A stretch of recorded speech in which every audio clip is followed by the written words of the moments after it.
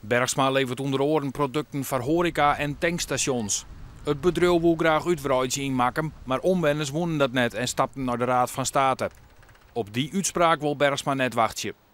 Het pand wordt nou echt te liet. We moeten uitbreiden en aan de andere kant van de dik is op zich ruimte, maar het wacht nou nog op het wijzigen van het bestemmingsplan.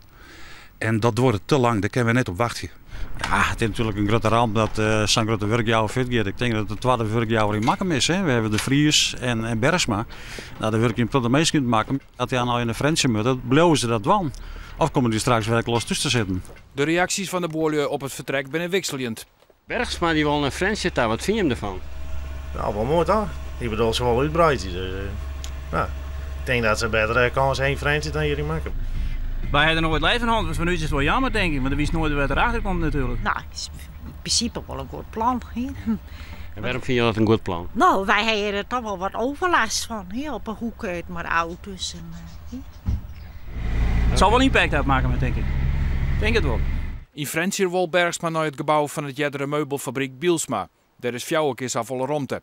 De werknemers kunnen mooi verhuizen. Een pand wat u past. Het is ruim genoeg, plak is goed. Waarom niet? Dat is eigenlijk de reden om het wel te doen. En het personeel, gaat dat mee vanuit Makkum naar Franse? Gaan we wel vanuit. Die kennen al je mee. In september wordt bekend dat de verhuizing definitief teruggaat.